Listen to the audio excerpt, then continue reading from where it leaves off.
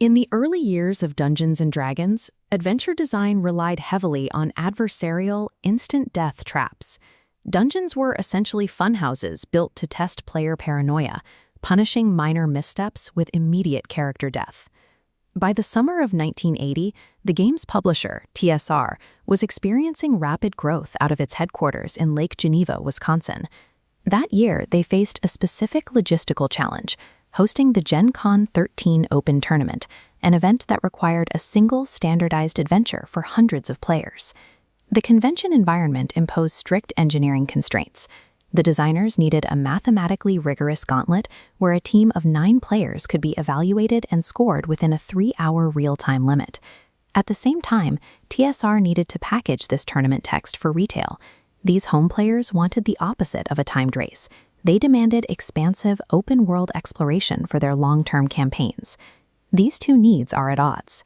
An inflexible, timed tournament track usually limits the creative freedom required for a sandbox environment.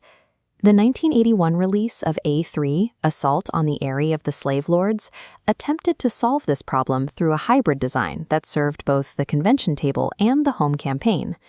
The module is set in Sudurham, a fully functioning enemy capital that's hidden inside a massive volcanic crater. It is a hostile, heavily fortified state where a frontal assault is effectively suicide. To meet the 3-hour tournament limit, the module simply lists the city's 68 businesses as closed. This physical restriction funnels the convention players directly toward their objective. This animated diagram maps out Sudurham's 68 locations. First, they are marked as closed for the tournament, but Hammack provided the underlying identities, allowing a dungeon master to populate the city. As we zoom in, we see LaForce's player-facing map, which removed all textual identifiers and building numbers. Instead of a dungeon master verbally describing street dimensions for players to map on graph paper, players could look at the geometric layout and point to a building to scout it. This map mechanically supported the module's focus on blind espionage. By providing a skeletal city rather than an exhaustive one, the module allowed DMs to manage a complex urban environment without the burden of pre-written lore. Inside the city, tactics shifted. The module programmed statistically weak guards to use cover, retreat for reinforcements, and strike alarm gongs.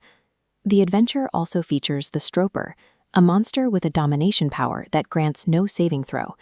This bypassed standard dice roll protection, forcing players to prioritize stealth over mathematical luck. This flowchart tracks the end of the adventure. To connect A3 to the sequel, A4, the characters had to be captured and stripped of their equipment.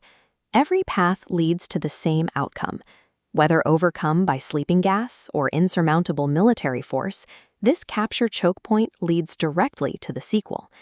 The designers chose to suspend the standard expectation of player agency to achieve a cinematic bridge between two distinct styles of play.